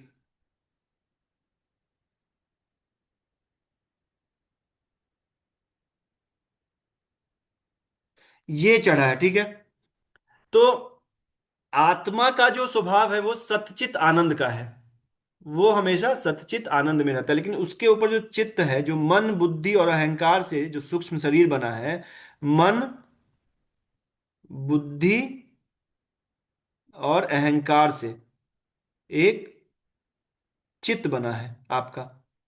ठीक है, ये जो बॉडी है, ये डिफाइन करता है, इसका जो उस समय चेतना का स्तर होता है, ये डिफाइन करता है आपका नेक्स्ट जीवन, नेक्स्ट शरीर। इसलिए बोला गया ना, अंत काले च मामेवा स्मरण मुक्त्वा कलेवरम। अंत काल में जो भगवान के स्मरण करते हुए जो अपना शरीर त्यागता है, वो भगवान के धाम जाता है। तो चेतना का ही गेम है पूरा जीवन का। तो चेतना किस चीज से बनी है? वो मन बुद्धि और अहंकार से बनी है। ठीक है, अब क्योंकि मन का डोमिनेंस इसमें रहता है चेतना पे, तो इसीलिए हम लोग बोलते हैं मन नहीं लग रहा है, मन ये कर रहा है। एक्चुअली वो मन सिर्फ मन के साथ बुद्धि और अहंकार भी मिश्रित रहता है, लेकिन डोमिनेंस किसका रहता है चेतना पे? मन का रहता है। तो इसलिए हम लोग बोलते थे नहीं लग रहा है, मन नहीं करता है, सुबह उठने का मन नहीं करता है। एक्चुअली उसमें बुद्धि और अहंकार मिश्रित रहता है। अगर बुद्धि में भी किसी का आ जाए, सच में अगर कोई मान ले कि सुबह उठना ही है, तो भी उठ जाता है। अभी एक माता जी बता रही थी कि प्रभु जी, अगर हम सोच लेते सुबह उठना है हमको ना, तो अपने आप नींद खुल जाता है। और ये सब एक्सपेरिमेंट करके भी देख सकते हैं।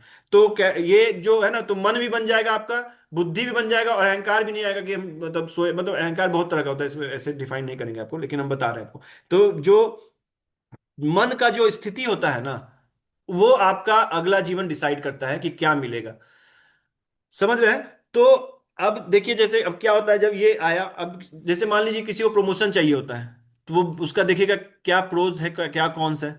या किसी कंपनी में इन्वेस्ट करना होता है, तो हम लोग उसका बैलेंस शीट देखते हैं ना, कि इसका कितना प्रॉफिट हुआ है, कितना लॉस हुआ है। सबको देखते हुए हम उसमें इन्वेस्ट करते हैं या प्रोमोट करते हैं किसी को। क्वालिटी और मतलब क्या उसमें क्वालिटीज है, क्या इसमें बुराइयां हैं, सब कुछ देख के हम लोग उसको प्रमोट करते हैं। तो ठीक इसी प्रकार जो हमारी चेतना का जो हमारा उस समय क्वालिटीज होगा, उससे हिसाब से भगवान हमको नेक्स्ट शरीर देते हैं। नेक्स्ट शरीर जब देंगे, तो फिर हम लोग, अब ये जिसको पता है कि नेक्स्ट शरीर हमको कैसे, क्यों इस स्थिति में है हम, तो उसको अहंकार आएगा क्या? वो अपने चेतना पे काम करेगा। वो अपने देखिए, हम ये इसलिए बता रहे हैं क्योंकि प्रायोजन बोध का हम बात किए आपको। प्रायोजन बोध होना, ये ज्ञान आपको बहुत हेल्प करेगा प्रायोजन बोध करने में, कि मतलब क्या सही, मतलब क्या उद्देश्य होना चाहिए जीवन का, इसके लिए। तो अब क्या है कि जिस तरह का चेतना रहेगा हमारा, उतना हमको शरीर मिलेगा। जैसे मान लीजिए, अब जिसको ये पता है, अब जैसे कोई अज्ञानी है जिसको ये नहीं पता, उसको अपने ही दुनिया में है, वो जैसे रॉल्स रॉयस में बैठा है, और सामने कोई रिक्शा में बैठा है, रिक्शा भी जा रहा है, उसको गलती से ऐसे टक्कर मारने वाला है, तो वाला ए रिक्शा, दिख नहीं रहा रोल्स रॉयस आ रहा है वो। और वो रिक्शा में एक जीव बैठा है, और यहाँ पे ये, लेकिन इतना वो अभिनिवेश हो जाता है उसका उस चीज में, कि उसको अपने खुद रोल्स रॉयस लगने लगता है। और देखिए, आप गाड़ी जब चला रहे हैं, आपको किसी को एक्सपीरियंस होगा, अगर कोई क्रॉस किया तो आप शरीर ऐसे कर लेंगे, क्यों? क्योंकि आपका अभिनिवेश उस कार में हो गया है। तो आपका चेतना जो है ना, उस पूरे कार में आपका है। तो आप देखिएगा, क्रॉस करेगा कोई भी शर्ट से, तो आप ऐसे हो जाएंगे। आपके होने से कार ऐसे नहीं होगा, लेकिन आप ऐसे हो जाएंगे, क्योंकि आपका अभिनिवेश हो गया पूरे कार में। आप पूरे कार को अपना मान लिए। ठीक उसी प्रकार आत्मा जो अंदर बैठा है, वो चेतना से पूरे शरीर को इतना अभिनिवेश हो गया, इतना अटैचमेंट हो गया है, कि उसको अपना मानने लगा है। समझ रहे हैं बात को? तो जो मूर्ख आदमी है, वो रोल्स रॉयस और रिक्शा को देखे बोले कि हम अमीर आदमी हैं, हम गरीब आदमी हैं। अरे अभी क्वेश्चन सेट हुआ तो आप ये हैं। अभी आप इस जीवन का भी क्वेश्चन लेके चलेंगे ना, फिर आगे क्वेश्चन सेट होगा तो आप कुछ और बनेंगे। तो इसीलिए अलग अलग योनियां होती हैं। अभी हम इसको भी पढ़ेंगे अभी धीरे धीरे। तो इस अभिनिवेश के कारण हम लोग एक सेकेंड, इसको रोक देते हैं। इस अभिनिवेश के कारण हम लोग इस ऐसा बुद्धि हो जाता है कि हम लोग अज्ञानता में आते हैं, हम लोग शरीर है, आत्मा नहीं है। आत्मा क्या, जो आत्मा जो जो है, उसका चेतना की पूरे शरीर में फैला हुआ है। तो इसलिए हम लोग पूरे शरीर को इतने ये हो जाते हैं, क्या बोलते हैं उसको, एब्जॉर्ब हो जाते हैं उस चीज में, कि अपने आप को मिस आइडेंटिफाई कर लेते हैं। हम लोग अपने आप को शरीर समझने लगते हैं। फिर शरीर समझते हैं, फिर आप देखिए, शरीर को पालने के लिए आप देखिए हर एक गलत कार्य हम लोग जीवन में करते रहते हैं। बहुत सारा कुछ जो करते हैं वो शरीर के लिए करते हैं। अगर उस इंसान को बाहर निकल जाए कार से, और वो भी रिक्शा वाला भी रहे, तो दोनों, अगर कोई ऐसा बुद्धि का इंसान है जो देख पाए कि वो भी इंसान है, हम भी इंसान है, तो आप देखिए उसको हम लोग बोलते नहीं है बहुत अच्छा इंसान है। तो ठीक उसी प्रकार हम लोग अगर ये समझ ले कि इसमें भी आत्मा है, हर एक जीव में आत्मा है, उस इंसान में भी आत्मा है, सब में परमात्मा बसते हैं, तो उसी इंसान को धीर बोला जाता है, उसी इंसान को पंडित बोला जाता है। पंडित समदर्शिना, पंडित ही समदर्शी होते हैं। लर्नेड जिसको बोलते हैं, जो पंडित होते हैं वो समदर्शी होते हैं। तो ये अभी क्या है कि जो हम लोग ये जो बॉडीली कॉन्सेप्ट ऑफ लाइफ में जी रहे हैं, कि हम लोग शरीर हैं, इस चलते हमारे अंदर जितने भी अवगुण हैं या दुर्गुण हैं, ये आते हैं। अगर आप इसको चेतना के स्तर पे ले जाएंगे, तो फिर आपका ये बहुत सारा गुण जो है वो स्वाभाविक रूप से अपने आप चला जाता है। हम लोग इसको ये करते हैं। इसको साइलेंट करना।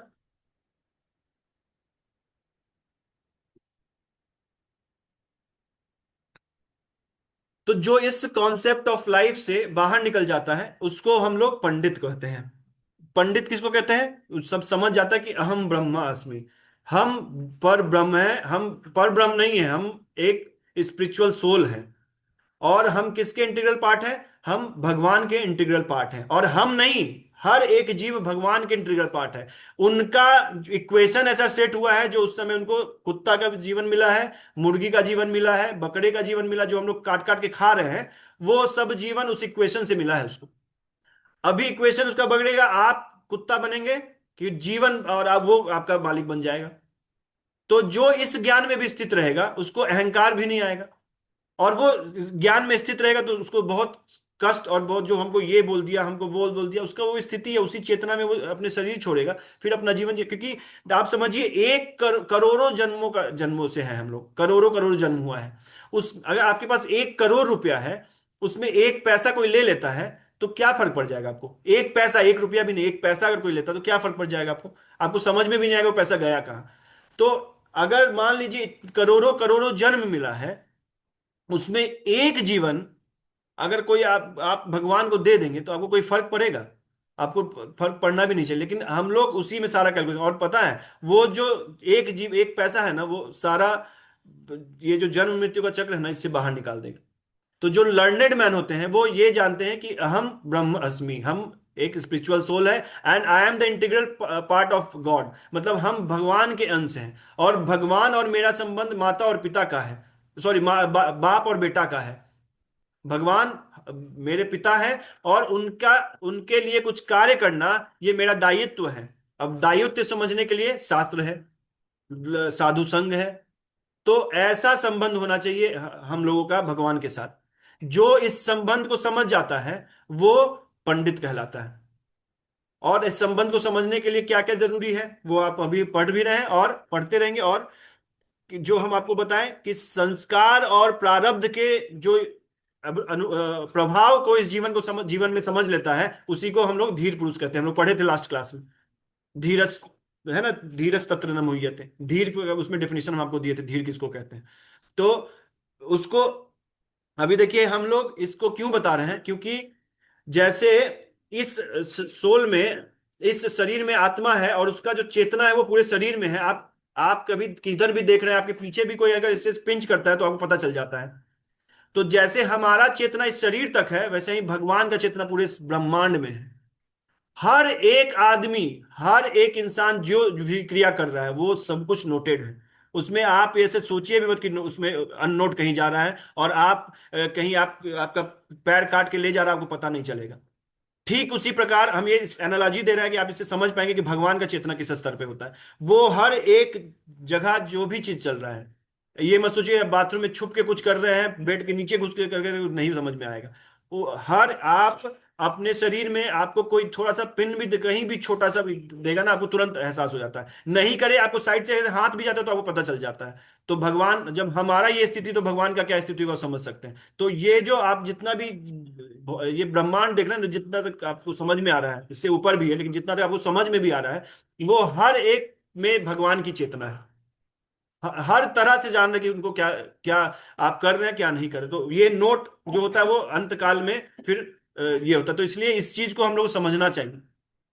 तो अभी देखिए, मूर्ख आदमी क्या बोलता है कि जानवर में सोल नहीं होता है। बहुत लोग बोलते हैं, क्रिश्चियंस बोलते हैं, खुल के बोलते हैं कि जानवर में सोल नहीं होता है। सोल आप डिफाइन कीजिए कैसे नहीं होता है। अगर आप अगर आप पढ़ेंगे तो आप, अगर आप अनुभव करेंगे तो आपको सोल, आपको दिख जाएगा कि जीव में भी, हर एक जीव में चेतना होती है। आप एक चींटी ले लीजिए, चींटी जब चलती है ना, आप उसके समय हाथ ऐसे हाथ रख दीजिएगा ना, वो पीछे मुड़ के भागती है। उस चींटी में भी चेतना है। केस के बाल के आगे के 10,000वां पार्ट आत्मा का साइज है। उस चींटी चींटी में भी चेतना होती है। और आप सब कुछ निर्दयता के से आप जी रहे हैं, और आप बोलेंगे कि चेतना नहीं है, सोल नहीं होता। सोल सिर्फ इंसान में, क्योंकि हम लोग उसको, उस पर प्रभुत्व जमा सकते हैं, मार सकते हैं, या किसी को ही ये दिख। अभी आप स्थिति तो ऐसा है कि सिर्फ और सिर्फ जानवरों में नहीं, आप, कोई बहुत अमीर हो गया है और अहंकारी, आप देखिए गरीब को कैसे ट्रीट करता है वो। स्थिति जैसे जैसे चेतना स्तर गिरेगा, वो इंसान में, अभी इंसान काट के खा रहे हैं ना लोग, चाइना में मोस्ट फेवरेट डिश है भ्रूण हत्या करके, भ्रूण को खाना। तो क्या है, ऐसे ही होता है ना। चेतना को जैसे जैसे स्तर गिरेगा, उसका ये जो है स्थिति, वो और खराब होता जाएगा। तो कोई भी बोल देता है कि सोल नहीं है। सोल क्यों नहीं है? इसी सोल को बताने के लिए जो इंद्रिय, जैसे कोई आप गुड्डा बनाएंगे, आंख दे दीजिए, कान दीजिए, लेकिन उसमें आत्मा देंगे तो क्या वो कुछ रिएक्ट करेगा? कुछ कुछ भी उसको फील होगा? कुछ नहीं होगा। उस रिएक्शंस के लिए आत्मा चाहिए होती है। जैसे वही शरीर जब मर जाती, जब आत्मा निकल के चला जाता है, तो उसके बगल में आग, उसको आग लगा दें, उस पर गोली मार दे, उसको कोई फर्क नहीं पड़ता। क्यों? क्योंकि आत्मा नहीं है। उस आत्मा से ही फीलिंग्स होता है। वही बोला गया कि वो चेतना जितना शुद्ध करेंगे। तो इसलिए ये श्लोक बोला गया है कि मात्रा स्पर्शास्तु कौन्तेय शीतोष्ण सुख दुखदा। शीत और उष्ण, इसको बंद करना, इसको बंद करना, इसको। शीत और उष्ण, सुख और दुख जो है, ये इसलिए मतलब ये आत्मा और इंद्रियों के जो संपर्क है, इसी से हम लोग अनुभव करते हैं बाहर के विषय वस्तु को, और उससे हम लोग रिएक्ट करते हैं। इसलिए भगवान बीच में ये श्लोक बोले हैं कि मात्रा स्पर्शास्तु कौन्तेय शीतोष्ण सुख दुखदा आगमा अपाइनो अनित्य तान तितिक्षस्व भारत। अब देखिए, इसमें एक बहुत अच्छा वर्ड है, आप इस पे ध्यान दिए कि नहीं? इसको बंद करना। भारत और कौन्ते, क्यों दो दो बार बोला गया? आप समझिए, ऐसे भगवान बोल रहे हैं तो कुछ भी ऐसा ही नहीं बोले हैं। क्यों बोला गया? क्योंकि देखिए, प्रभुपाद जी लिखते हैं इसको लास्ट पैराग्राफ में कि अर्जुन को जिन दो नामों से संबोधित किया गया है, वे भी महत्वपूर्ण है। कौन्तेय कहकर संबोधित करने से यह प्रकट होता है कि वह अपनी माता की ओर मातृकुल से संबंधित है, और भारत कहने से उसके पिता की ओर पितृकुल से संबंध प्रकट होता है। दोनों ओर से उसको महान विरासत प्राप्त है। महान विरासत प्राप्त होने के फलस्वरूप कर्तव्य निर्वाह का उत्तरदायित्व आ पड़ता है। अतः अर्जुन युद्ध से विमुख नहीं हो सकता है। देखिए, नीच आदमी से आप कुछ अच्छा एक्सपेक्ट नहीं कर सकते हैं। जो ऐसा कुल में जन्मा है, उसी को इतना इतना ऊंचा ये बताया जा सकता है। जिसका स्थिति, जिस मनोदशा में कोई है, कोई एकदम रो रहा है, उसको आप समझा नहीं सकते, उसको पहले चुप करना पड़ता है। चुप होके पर जब स्थिति आ जाएगा, जब तब बोलेगा भाई ये फालतू तुम रो रहे थे, रोना ही नहीं चाहिए तुमको। तो जैसे अगर ट्रैफिक सिग्नल है, कोई कुत्ता क्रॉस कर जाता है तो क्या उस पर चालान लगता है? उससे उम्मीद ही नहीं किया जाता ना कि कुत्ता इसको समझेगा। लेकिन कोई इंसान बोले कि भाई हम पे चालान क्या नहीं कि कुत्ता क्रॉस तो किया। तो स्थिति देखने के मतलब जो चेतना का जो स्थिति होता है, उसको उससे डिफाइन करता है कि भाई इसको स्थिति, इसको। अब जो वही पागल क्रॉस करता है, उसको कुछ नहीं बोलता आदमी। बहुत लोग पागल ऐसे घूमते रहता है ना, उसको नहीं बोलता। देखो, ठीक इसी मनुष्य शरीर में इसी तरीके से हम लोग को भी डील करना चाहिए अपने इंसान में। कुछ पागल लोग आएंगे, कुछ बेवकूफ लोग होते हैं जिनको, और या कुछ ऐसे लोग होते हैं जिनको ईर्ष्या है अंदर बहुत ज्यादा, आपको समझ में आ रहा है, तो ऑब्वियसली वो आपसे द्वेष करेंगे। ऑब्वियसली आपको वो अच्छे से नहीं बात करेंगे आपसे। तो उसको समझना चाहिए कि जब ये स्थिति में है नहीं तो कैसे समझाएंगे। तो जब स्थिति में किसी दिन आएगा तो उस दिन बताएंगे। तो इसीलिए किसी किसी भक्त को हम कुछ बोलते हैं, उसको उस समय समझ में नहीं आता। बहुत लोग हैं अपने ग्रुप में, सात आठ लोग, जिनको अभी लग रहा है कि हम किसी और अच्छे दुनिया में जी रहे हैं। उनका स्थिति आएगा, क्योंकि हम इनको इसलिए जोड़ के रखते हैं, इसलिए बात बात करते हैं कि एक दिन स्थिति आएगा उसका। तो उस दिन पूछेगा कि प्रभु जी क्या करें, तब उनको बताएंगे कि नाम जप करो, ये करो, वो करो, जो भी है, जो भी उनका स्थिति रहेगा उसके अकॉर्डिंग उसको बताया जाएगा। तो ऐसा ही आप अपने जो रिलेटिव्स हैं, जो बहुत लोग हैं, हमको बोलते हैं कि प्रभु जी हमको हम बात करते हैं, अब मेरे भाई है, अब वो ऐसे बेइज्जत करता है हमको। तो स्थिति समझना पड़ेगा ना आपको। आत्मा के स्तर पे अपने आप को देखते हुए जो ये अभी ज्ञान लिए हैं आप, इसको इम्प्लीमेंट किया जाता है अपने जीवन में, और उससे फिर अपने आप जीवन को जीते रहिए। तो लंबा क्लास था, लेकिन इस श्लोक पे अभी हम अगर बोलने लगे तो अगला एक डेढ़ घंटा और पढ़ सकते हैं। ये हम हरिगोपाल प्रभु को इसलिए बोले थे, इसलिए हमको बहुत मेहनत करना पड़ा, क्योंकि उनको सब आता था पहले से, और हमको पढ़ना पड़ा सब। और पढ़ के क्या है कि कुछ जो चीज़ रियलाइज नहीं रहता है तो उसको बताने में भी खराब लगता है। तो पहले रियलाइज कर रहे हैं आप लोग के साथ, हम भी धीरे धीरे करते रहेंगे तो आप लोगों को बताने लायक हो जाएंगे। किसी का कोई प्रश्न इससे रिलेटेड, और अगर जनरल है तो वो फोन पे पूछ लेगा। एक बार श्लोक उच्चारण करते हैं, सब लोग करेंगे, ठीक है? अभी आप पढ़े हैं हेरम कि शीत और उष्ण से आपको फर्क नहीं पड़ना पड़ेगा इतना। जैकेट और आप ये क्या पहने रजाई भी घोड़े हमने। स्थिति ये। ठीक है, ठीक है। शीतोष्ण सुख दुखदा। ठीक है। मात्रा स्पर्शास्तु कौन्तेय शीतोष्ण सुख दुखदा आगमा अपायिनो अनित्य ताम तितिक्षस्व भारत। कौन पढ़ेगा एक बार इसको? अजनास, चलो पढ़ो। जैसे पढ़ते हैं लय में। मात्रा स्पर्शास्तु कौन्तेय। मात्रा हम्म। मात्रा स्पर्श तो कौन्तेय शीतोष्ण सुखदाखदा आगमा आगमापन्योत नित्यास्तितिश्व सब भारता। भारत। थोड़ा सा इसको मिस्टेक हो हाँ, कोई गया। बात नहीं, ध्यान से इसको पढ़ना है। ऐसे कैसे पढ़ना है कि मात्रा स्पर्शास्तु कौन्तेय, इसको ऐसे तो पढ़ोगी तभी इसको समझ पाएगी, जैसे ऊंचे आवाज में और धीरे। मात्रा स्पर्शास्तु कौन्तेय शीतोष्ण हम्म, सुख दुखदा आगमापायिनो नित्या तान तितिक्षस्व भारता। इसके अगला ताम श्लोक, अगला श्लोक जो है, इसको, ये मेरे गुरुदेव का फेवरेट श्लोक है।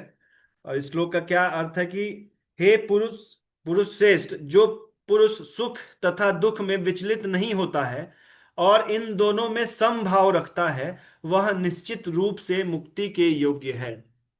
समभाव का प्रयत्न करना चाहिए, धीरे धीरे ये आ जाता है स्वभाव में। तो अब कैसे करना चाहिए? जिसको ये स्थिति है कि मात्रा स्पर्शा से ये स्थिति पैदा हो रही है। तो आज का यही मेरा एक श्लोक छोटा था। सा प्रश्न है, हाँ, मेरे ख्याल से सबके काम लायक आ सके तो। हम बताएं एक है बताएं शब्द तभी तो की काम आएगा। हम बता नहीं, पाए तभी तो काम आएगा, हम बताएंगे नहीं तो काम कैसे आएगा? हाँ सर। नहीं। एक है कि अपने व्यक्तिगत चीज के लिए जहाँ पे हमें समान रूप से रहना चाहिए, बहुत फर्क नहीं पड़ना चाहिए। लेकिन मान लीजिए कि हम बहुत सारे ऐसे परिस्थिति में रहते हैं जहाँ पे हमारी वजह से बहुत से लोग प्रभावित होने वाले हैं। अगर कोई ऐसी चीज आ जाए जहाँ पे लगता है कि उसके उसके रिएक्शन से बहुत सारे लोगों को फर्क पड़ने वाला है, मेरा अपना व्यक्तिगत होगा तो कोई बात नहीं, उसको सहा जा सकता है, उसको माफ किया जा सकता है, आगे बढ़ा सकता है। लेकिन अगर ऐसा लगे कि नहीं, उसके रिएक्शन से बहुत सारे लोगों को फर्क पड़ने वाला है, तो वहां पे रिएक्शन देना सही है या नहीं सही? जैसे प्रश्न ये है कि मान लीजिए सिर्फ सहना है, खुद के लिए सहना है, हम्म, तो हम सह लेंगे, कोई बात नहीं है। जी। लेकिन अगर सबको उससे अफेक्ट आ रहा है, जैसे मान लीजिए आप जिस पोजीशन पे है वहां आप कोई भी डिसीजन लेते हैं, तो पूरे हम्म, एक काइंड ऑफ बैंक में ये इफेक्ट आ सकता है, आपकी जो जहाँ भी हम्म, ऑर्गेनाइजेशन है उसमें ये इफेक्ट आ सकता है, तो आपको वहां नहीं सहना चाहिए। देखिए, अपना एक ड्यूटीज को समझना चाहिए आपको, जिस भी पोजीशन पे आप हैं। जैसे आप अगर किसी के पति हैं, तो पति का अलग ड्यूटीज होता है, और पत्नी जो बेटा का अलग ड्यूटीज होता है। तो आप जिस भी स्थिति में है आप उस समय, तो आपको अपने ड्यूटीज को पहले समझना पड़ेगा कि क्या ये मेरे ड्यूटीज में है। अगर आपको उस चीज में लग रहा है कि आप वो फुलफिल नहीं कर पाएंगे, तो आपको अवश्य बोलना चाहिए। उस समय समभाव रखना। देखिए, भक्त बुद्धिमान होते हैं, भक्त भक्त मूर्ख नहीं होते हैं। उनको, जैसे अभी लास्ट क्लास में पता है, कॉन्स्टिट्यूशनल ड्यूटी और कंडीशनल ड्यूटीज। आप अगर ड्यूटीज को अपने समझेंगे ना, तो आप डिसाइड कर पाएंगे कि यहाँ हमको कैसे रिएक्ट करना है। इसलिए उस चीज का भी ज्ञान होना चाहिए कि आपका क्या दायित्व है। वह अभी क्या है कि लोग अपना दायित्व अपने साला तक ले जाता है कि मेरे ससुराल में साला का नौकरी नहीं लग रहा, तो उसको हम किसी तरह से पैसा देते रहेंगे। तो आपको समझना पड़ेगा किस स्थिति में क्या दायित्व है आपका। जरूरी नहीं है कि हर, अब आप किस, अभी कुछ कुछ लोग होते हैं कि किसी चीज को भी अपना दायित्व बना लेते हैं चलते फिरते। तो इस आपका क्वेश्चन एकदम वैलिड है, लेकिन इसके लिए क्या है कि आपको अपने ड्यूटीज को पता होना चाहिए, और ड्यूटीज में अगर कुछ भी आप उसको फुलफिल नहीं कर पा रहे हैं, तो फिर अवश्य बोलना चाहिए। उस समय समदृष्टि और ये रखना बहुत बुद्धिमानी का चीज नहीं होता है, प्रैक्टिकली यही होता है।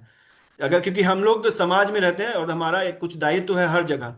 जैसे जो आप ऑफिस में ड्यूटीज आपका, आप वैसे तो आप रिएक्ट घर पे नहीं करते हैं ना, तो अलग अलग जगह पे, जैसे कोई एक पुलिस वाला है, वो जैसा उसका पुलिस है वहां एकदम स्ट्रांग रहता है, ये मारता वो मारता है, और घर आता है तो नाम जब भी करता है। हम जानते हैं, ऐसे सब इंस्पेक्टर में एक दोस्त है, तो अभी वो बोले कि नहीं, हम वहां भी नाम जप ही करते हैं, नहीं ऐसे किसी को कुछ नहीं बोलते, तो फिर वो अपना ड्यूटीज नहीं कर पाएगा ना, उसको करना चाहिए उसको।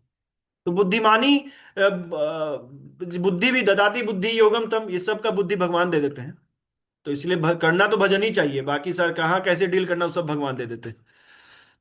करना भजन ही है, ये मत सोचिएगा कि हम आपको बोलेंगे ड्यूटीज पढ़िए और पूरी तरह से 9 से 9 आप काम कीजिए, ऐसे ददाति बुद्धि योगम तम, उससे ये तो तो दूर होना भगवान। ही नहीं है। हाँ, आप तो बहुत अच्छा कर रहे हैं प्रभु जी, बाकी सबके लिए ये। अरे, और कुछ? राजीव पांडे सर भी आज आए हैं, तो हमारा सौभाग्य है कि सर भी हमारे बीच उपलब्ध हैं। आप अयोध्या के ब्राह्मण हैं, तो आपको तो आपका तो आशीर्वाद चाहिए। और किसी का कोई प्रश्न? सबको समझ में आ गया लगता है। अच्छा समझाए हैं फिर तो। एक दिन ठीक। लेकिन इसकी एक क्लास कोई लीजिए जिसमें ड्यूटीज को सही तरीके से मतलब डिफाइन किया जाता है। तो कई बहुत बार ये कंफ्यूजन आती है, बहुत बार ये कंफ्यूजन आती है, और उसकी वजह से जो आपने कहा ना कि कई बार आदमी गलत चीज को अपनी ड्यूटी मान लेता है, सही चीज को अपनी ड्यूटी नहीं समझ पाता। है ये है। वास्तविकता का डेफिनेशन मुझे लगता है होना चाहिए यस। कि ड्यूटीज क्या हो सकती है। देखिए, एक अभी हम लोग 2.17 एक श्लोक है, आप खोलिएगा। कहाँ गया मेरा भगवत गीता? 2.17 इसी के आगे श्लोक है। देखिए, हम बता रहे हैं कैसे भगवत गीता में सब दिया हुआ है, हम लोग पढ़े नहीं है इसीलिए। बोले ना, अविनाशी तू तद्विद्धि येन सर्वम इदम ततम, विनाशम अव्यय, विनाशम अव्ययस्य अस्य न कश्चित कर्तुम अर्हति। मतलब जो सारे शरीर में व्याप्त है उसे ही तुम अविनाशी समझो, उस अव्यय आत्मा को नष्ट करने में कोई भी समर्थ नहीं है। अभी देखिए, हम लोग जो अभी एग्जाम्पल दिए हैं, 2.17 नहीं बताए, जो हर एक इसमें भगवान कैसे, हम अभी रिलेट किया आपको आत्मा से, ये अभी हम लोग आगे पढ़ेंगे, हम तो बहुत कम डिफाइन किए इसमें। तो देखिए, इसके बारे में भी है कि कैसे हम लोग चेतना को और आत्मा से कैसे रिलेशन डिफाइन कर सकते हैं, ये भी हम ये इसलिए एग्जाम्पल दे रहे हैं कि देखिए, हर एक चीज है। आपको पता है भगवत गीता में ये भी है कि कोई गृहस्थ, अगर कोई ये क्या बोलते हैं, अतिथि आते हैं तो उसको कैसा भोजन देना चाहिए, आपको पता है, ये भगवत गीता में भी है। भगवत गीता में ये है कि कैसा खाना होना चाहिए, सूखा खाना नहीं देना चाहिए। जब भी खाना है तो उनको जैसे मीठा रहना चाहिए उसमें, और ऐसा नहीं कि कुछ मुंह में लगे, जैसे उसको दे दे सत्तू खाने के लिए सिर्फ, ऐसा नहीं है। सत्तू के साथ खीर होना चाहिए। मतलब आप बताइए, ये भी भगवत गीता में है। तो हम लोग पढ़े नहीं हैं। ये जो आप क्वेश्चन बोले ना, ये सब है भगवत गीता में, लेकिन क्या है कि सर, वो सब समझने से पहले ना, वो सब तभी समझ में आएगा ना जब आप इस जीवन को आत्मा के स्तर पे देखेंगे थोड़ा बहुत भी। ऐसे उस सबको बहुत आप रिलेट ही नहीं कर पाइएगा आप उसको। तो इसलिए भगवान 19-20 श्लोक में सिर्फ और सिर्फ आत्मा और आत्मा, शरीर शरीर ऐसे बोले हैं। क्योंकि हम अगर आपको अभी बोलेंगे कि अगर माँ किसी भी तरीके से आपको रोक रही है, चाहे वो कितना भी ये है, तब भी आपको भगवान के लिए उसको छोड़ देना चाहिए। तो आप समझ पाएंगे क्या इसको? नहीं ना। तो इसको कैसे अभी आप बोलेंगे यार तो ये तो दुष्ट है, कैसे बोल रहा है? तो अस्तर, जैसे अर्जुन को ही इसमें पहले कर्मयोग दिया गया, फिर धीरे धीरे भक्ति योग, ऐसे धीरे धीरे ऐसे बढ़ाया गया, बीच में फिर से बोला गया अच्छा ठीक है, ये नहीं तो ये कर सको अर्जुन, ये करो, अगर ये भी नहीं कर सकते तो ये करो अर्जुन। तो अलग अलग स्तर पे बताया गया। तो क्यों बताया गया? क्योंकि अगर सीधा वो चीज अगर आपको डिफाइन कोई करे ना कि कर्तव्य क्या है, तो नहीं समझेगा ना लोग। अभी तो कर्म ही नहीं समझता है लोग। सकाम कर्म को लोग कर्म समझते हैं, मतलब जिससे कुछ अच्छा फल मिल रहा, सात्विक फल, तो वो मेरा कर्म है। कोई बच्चे को पाल रहे हैं, बच्चा को अच्छा पढ़ा रहे हैं। कल एक मेरा सब स्टाफ है, वो बोल रहा है कि मेरा ये जीवन अपने दोनों बेटी और पत्नी के लिए है, हम भगवान को भी नहीं देना चाहते हैं। तो उसको आप अगर सीधा बता देंगे कि भाई तो कर्म का उसको कॉन्सेप्ट तो नहीं समझ में आया, उसको पहले तो वहां इस स्तर पे समझाना लाना होता है पहले। तो ये जो भगवत गीता भगवान बोले हैं, तो मोस्ट इंटेलिजेंट पर्सन है ना, उनसे ज्यादा कोई है नहीं। तो वो एक क्रम में बोले हैं। तो हम लोग को भी अपने मन के क्वेश्चंस को शांत करके ये पढ़ते रहना चाहिए, धीरे धीरे सारे आंसर्स अपने आप आ जाते हैं। तो इसमें बहुत आपको ये बुद्धि स्टार्टिंग में आप मत लगाइए, क्योंकि स्टार्टिंग में आपको बहुत सारा क्वेश्चंस लगेगा कि कुछ अलग हो रहा है, ऐसा ये नहीं होना चाहिए। तो वो लेकिन धीरे धीरे जब बिट्स एंड पीसेस जब ऐड होता है ना, तो फिर एक होल चीज बनता है। तो जो आप कर्तव्य का बात कर रहे हैं, इसको आगे हम लोग पढ़ेंगे है भी, लेकिन अभी हम बताना नहीं चाहते, क्योंकि उससे आप लोग उसको कुछ फायदा नहीं हो। जैसे कि कुछ नाइन्थ के नर्सरी के बच्चा को ट्रिग्नोमेट्री पढ़ा देंगे तो क्या हो जाएगा? उसको ट्रिग्नोमेट्री इंपॉर्टेंट तो है, लेकिन उसको समझ में नहीं आएगा। हमको पता है, आपको पता है पहले से बहुत कुछ, लेकिन फिर भी श्लोक के लिए भी ये चीज है। ठीक है डॉक्टर साहब, प्रिंस कुमार, रिकॉर्डिंग स्टॉप कर देते हैं। हरे कृष्णा। श्रीला प्रभुपाद की जय।